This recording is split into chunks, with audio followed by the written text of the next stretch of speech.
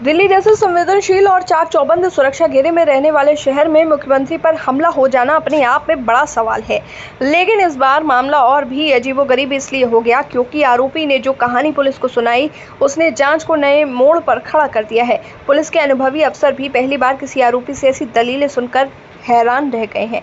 राजेश खिमजी नाम का ये शख्स गुजरात का रहने वाला है। पूछताछ में उसने बताया कि वो पिछले कुछ सालों से शिव मंदिर बनाकर पूजा पाठ करता है।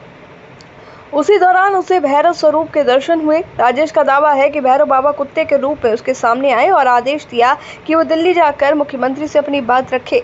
इतना ही नहीं, उसने ये भी कहा कि यह आदेश उससे 2 बार मिला, पहली बार शिवलिंग के दर्शन के दौरान और दूसरी बार उज्जैन में। इसके बाद वो बिना टिकट ट्रेन में बैठकर नई दिल्ली स्टेशन पहुंचा। वहां से उसने राहगीरों से पता किया, मेट्रो पकड़ी लेकिन गलत स्टेशन पर उतर गया। फिर किसी रिक्शे वाले से पूछकर सीएम आवास तक जा पहुंचा और 50 रुपए देकर वहीं उतरा। पुलिस को उसने साफ कहा कि उसका मकसद सिर्फ मुख्यमंत्री से ये कहना था कि कुत्तों को दिल्ली से बाहर ना किया जाए, क्योंकि भैरव स्वरूप में आए कुत्ते ने उसे यही संदेश दिया था। लेकिन जब मुख्यमंत्री ने उसकी बात को गंभीरता से नहीं लिया तो वो भड़क गया और हमला कर बैठा।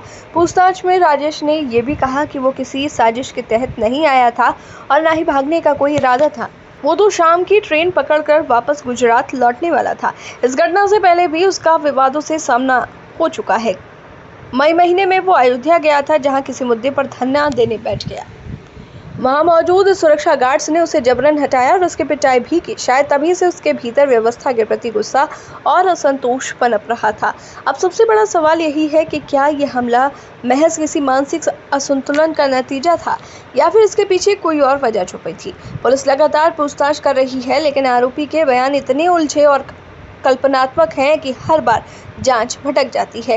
कई अधिकारी मानते हैं कि यह मामला सीधे सीधे मानसिक स्वास्थ्य से जुड़ा भी हो सकता है। इसी वजह से विशेषज्ञों की राय लेने पर विचार किया जा रहा है। दिल्ली की कानून व्यवस्था के लिए यह घटना खतरे की घंटी है। मुख्यमंत्री तक इतनी आसानी से पहुंच जाना और फिर हमला कर देना सुरक्षा प्रोटोकॉल की पोल खुलता है। यही आरोपी की दलीलें उस गहरी विडंबना की तरफ इशारा करती हैं जहां धर्म और आस्था के नाम पर भटकी हुई सोच इंसान को हिंसा की तरफ धकेल देती है। पुलिस के लिए चुनौती अब दोहरी है। एक ओर उसे सुरक्षा में हुई चूक का जवाब ढूंढना है और दूसरी ओर आरोपी के इन भैरव बाबा वाले सपनों का सच तलाशना है।